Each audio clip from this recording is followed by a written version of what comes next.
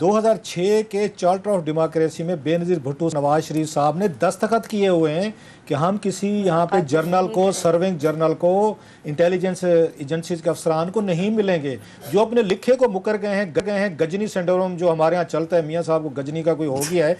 2006 में charter of democracy में दोनों लिख के दे चुके हैं, मियाँ साहब के दस्तखत हैं कि किसी सर्विंग जर्नल से, इंटेलिजेंस अफसर से, आर्मी चीफ हो, DGISI हो, हमने नहीं मिलना। उसके बाद इनकी दर्जनों मुलाकातें हैं। आप ही सीरियस ले बैठे हैं इस बयान को? चले, मैं नहीं ले बैठा। इतना मुझे मुश्किल नज़र जो आती है वो सबसे ज़्यादा, जिस तरह आपने कहा, शहबाज शरीफ साहब के लिए आती है, या बाकी पार्टी के जो इसको इम्प्लीमेंट करना, हर एक के ऊपर ये नज़र रखना कि पार्टी के अंदर जो है हर किस्म के बंदे होते हैं, काफ़ी जो है लोकल लेवल पे मिलते हैं, ऊपरले लेवल पे मिलते हैं, वो सब के लिए बड़ा मुश्किलात कर दी हैं।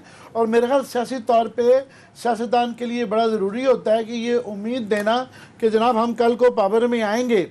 इससे जो ये मायूसी फैलेगी, मैं समझता हूँ कि पाकिस्तान में आज तक भी इस्टेब्लिशमेंट की मर्ज़ी या उनके साथ मिलजुला के तो कोई हुकूमत मुझे नहीं याद पड़ता कि उनके बगैर आई हो। तो इससे क्या वो बाकियों को ये मायूसी हो जाएगी जो इस उम्मीद पे बैठे हुए हैं।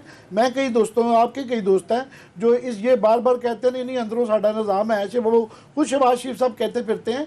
तो एक तो उनके लिए मुश्किल है, मगर उससे ज़्यादा जो फिर है वो मौलाना फजल रहमान का जो बयान आया है, और उसका वो ज़्यादा खौफनाक है मेरे बकौल। खौफनाक जो मैं कहता हूँ, वो उनकी अंदरूनी JUI की मीटिंग है, उन्होंने एक तकरीर की है, ये दिखाई जा रही है TV पे, नहीं ज़्यादा चली, मगर उसके अंदर उन्होंने बड़ी सख्त बातें की हैं।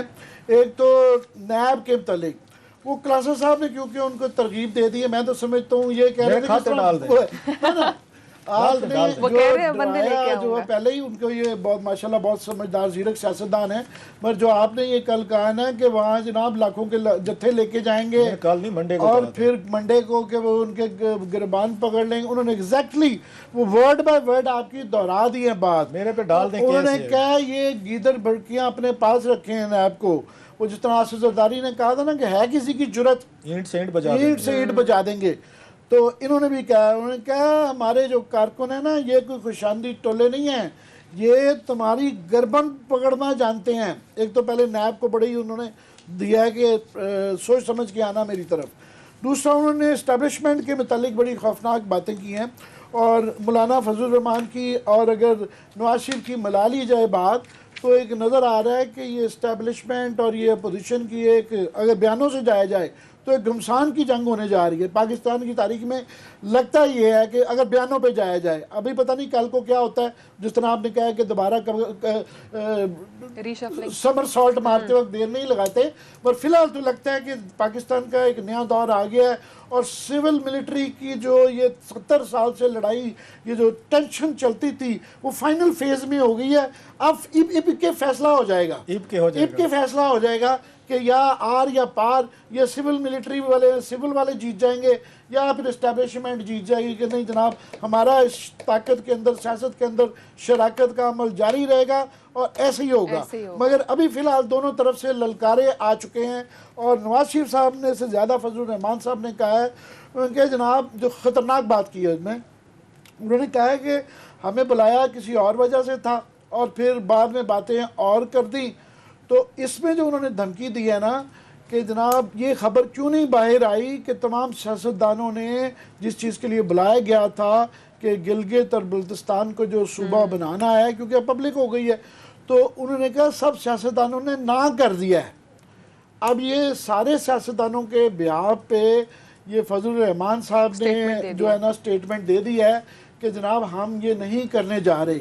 ये एक बहुत बड़ा एक कॉन्स्टिट्यूशनल क्राइसिस हो सकता है, एक नेशनल क्राइसिस हो सकता है, क्योंकि आगे जो इंडिया और चाइना की जो एक जंग की सूरत हाल है, और उसमें क्योंकि ये इस्टेब्लिशमेंट ने जो बुलाया था वो कह रहे हैं क्योंकि उन्होंने अपने लद्दाख को यूनियन टेरिटरी बना लिया है, तो खित्ते की और इंडिया की ये टेंशन के अंदर जो है वो समझाने की कोशिश कर रहे हैं कि उसके लिए उनकी दानिश में ये ज़रूरी है कि इसको सूबा बना दिया जाए।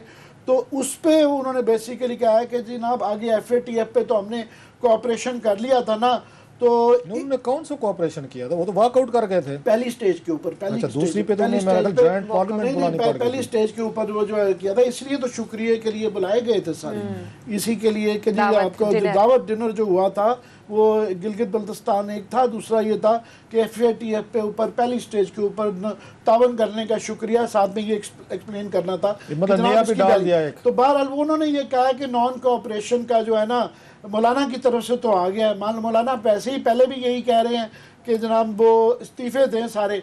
तो पता नहीं अभी ये पीपल्स पार्टी और नून लीग का वर्जन देखना है कि वो भी इस मसले के ऊपर कोई कौमी सलामती की यकसानियत इस पे रखते हैं या नहीं रखते हैं, या वो भी इतने बागियाना हो गए हैं जितना कि नवाज शरीफ साहब का बयान आ गया है।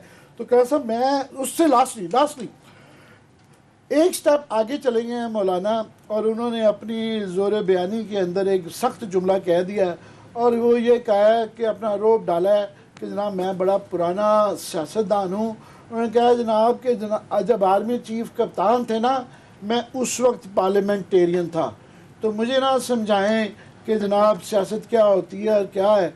अब इसको इंटरप्रेट आप कर सकते हैं, मेरे पर चल जाते हैं क्लास इसके साहब बाद ये- मेरे पर चल जाते हैं, इस पे आप जरा हौसला ये करें। मुलाकातों का ये सिलसिला थमेगा या आगे भी मजीद और चलेगा? दो चार साहब ने बड़ी अहम की हैं।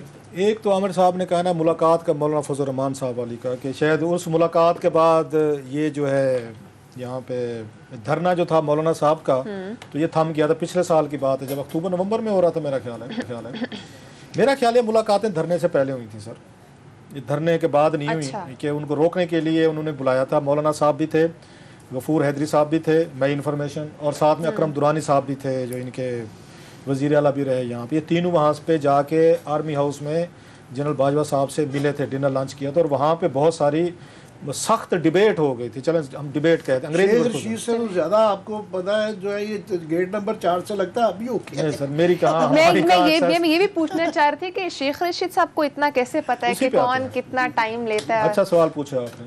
तो मैं हमारी क्या जनाब, क्या पिद्दी और क्या पिद्दी का शोरबा, हम और आप कहाँ पे, मतलब शेख साहब कहाँ, शेख साहब का मर्तबा, और कहाँ वो क्या कहते हैं, कहाँ राम तेली, कहाँ पे वो कहे ना गंगू तेली। कहाँ गंगू तेली, और कहाँ राम भगवान वाला साहब है। खैर, तो जनाब ये इनकी मुलाकात, इनको बुलाया गया था उस वक्त कि आप यहाँ धरना मत करें, इस वक्त पाकिस्तान अफोर्ड नहीं कर सकता। तो मौलाना साहब ने वही शिकायतें की कि अपने सेलेक्टेड ले आए, ये ले आए, चीज़ें ले। खैर बड़ी अच्छी खासी डिबेट हुई, मैं डिबेट कह रहा हूँ, अच्छी खासी डिबेट हुई। बाद में खैर वहीं बैठे बैठे मामला ठीक भी हो गए थे। और मेरी इतला ये है कि मौलाना की एक नहीं 2-3 मुलाकातें हुई हैं उनकी, अच्छा, उस पर इनसे, आर्मी चीफ साहब से। दूसरे 2 नाम मैं और ड्रॉप करना चाहता हूँ, मैं सिर्फ क्वेश्चन पूछना चाहता हूँ मैं उनसे, हालांकि मेरे पास कन्फर्मेशन है, लेकिन मैं देखना चाहता हूँ वो क्या कहते हैं। एक तो मैं राना सनाउल्लाह साहब से पूछना चाहता हूँ, ये भी कभी आप पारे में चाय शाय पीने गए थे कोई अपने केसेस के हवाले से? डिस्कशन है DGISI से, जस्ट आस्किंग। राना साहब अगर इस पे ज़रा कोई अपना वर्जन दे दें तो उसके बाद पूरी कहानी सुनाई जा सकती है। अब एक एक करके पलते फुरते हैं ना, और किसकी सिफारिश करवाई थी वो बड़ा अहम नाम है, वो किसी को नहीं पता कि किसको दरमियान में डाला, किसकी सिफारिश पे जाके इनकी मुलाकात हुई है। चाय पे हुई है, मैं अपारे की बात कर रहा हूँ, हो सकता है किसी खोखे पे हो गई हो, कभी आते जाते कैफे पे हो, ढाबे पे हो गई हो, हम किसी को वो नहीं कह रहे। ऐसे अमीर मुकाम साहब ने भी कोई दरमियान में बंदा डाल के, वो भी ढाबे शाबे पे गए और वो भी चाय शाय पिए हैं। अच्छा। उनको भी अपने केसेस की फिक्र थी। अब मियाँ साहब एक तरफ ये कह रहे हैं, दूसरी तरफ 2 नाम मैं आपको बता रहा हूँ। आई होप के ये राना सनाउल्लाह साहब से हमारे बड़े अच्छे वर्किंग रिलेशनशिप है। दोस्ती तो सियासतदान से कभी हो ही नहीं सकती, ना वो इसको कोई बेवकूफ़ी क्लेम करेगा। वर्किंग रिलेशनशिप हमारे अच्छे हैं राना साहब से, एक म्यूचुअल रिस्पेक्ट है। मैं उनसे पूछना चाहता हूँ, क्या वो ढाबे शाबे पे अपारा साइड पे कोई गए थे कोई चाय शाय पीने, और कहा हो कि जनाब कुछ आते जाते को भाई साहब ये हमारी यहाँ पे या हमारे पे जो ANF ने केस डाला हुआ है 20-40 टन मन का हीरोइन का, ज़रा इससे हमारी जान छुड़वाई जाए। अब मसला ये है, मियाँ साहब ने खुद तो अपने केसेस में से जान छुड़वा ली है। एक इनका मुझे मिला, नवाज लीग का लीडर जो जेल में रहा, दुआ सलाम हमारी थी, आप भी जानते हैं उसको।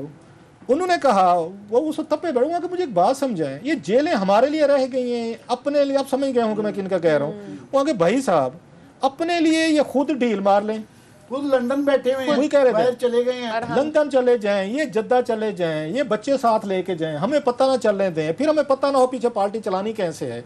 और उसके बाद हमसे तवक्को रखें कि हम किसी जर्नल से ना मिलें, हम किसी से मीटिंग ना करें, हम अपनी जान ना छुड़ाएं, हमारे बीवी बच्चे नहीं है, हमारे बिजनेस नहीं है। ये फिर आके स्वीपिंग आपसे लॉयल्टी एक्सपेक्ट करते हैं कि जनाब अली आप लोग उन्हें बिल्कुल लॉयल रहना है, जेलों में रहें, मर रहे हैं, जिए, कुछ भी हो जाए, मुलाकात नहीं आपने मुलाकातें भी नहीं करनी, वो हम करेंगे, हम उस पर डील कट करेंगे। आप लोगों ने डील कट नहीं करनी है आपने उस पर। सो वो अभी भी यही कुछ हुआ है कि वो मरियम के लिए मांगेंगे, वो अपने दमादों के लिए मांगेंगे, अपने लिए सिर्फ पैसे। जैसे गौस अली शाह ने कहा था, वो लंदन में अक्सर वहाँ पे मियाँ साहब के ड्यूक स्ट्रीट में मैं भी होता था, अरशद शरीफ, जियाउद्दीन साहब, हम सारे होते थे वहाँ पे उस रिपोर्टिंग के लिए 2006-07 में। वो गौस अली शाह साहब बेचारे सिंध के वज़ीर आला थे, अक्सर पूछते होते हैं मियाँ साहब, वो सिंधी स्टाइल में बेचारे, वो शोदे से बिल्कुल वेरी पोलाइट हम्बल मैन। वहाँ के शाह वो पूछते, इतना बड़ा सऊदी जहाज़ आपको कतरी लेने आया था मियाँ साहब, उस जहाज़ में मेरे जैसे गरीब की इतनी छोटी सी सीट भी नहीं बनती थी कि मुझे भी साथ ले जाते, और मैं आपके साथ वाले सेल में कैद था, अटक जेल में, आपने मुझे हवा नहीं लगने दी। ये मेरे मुँह पर कहा हुआ है उन्होंने। और मियाँ साहब ने उसको वो सजा दी, वापस आके उन्होंने मोहम्मद ज़ुबैर साहब ने कंपनी को गवर्नर लगाया।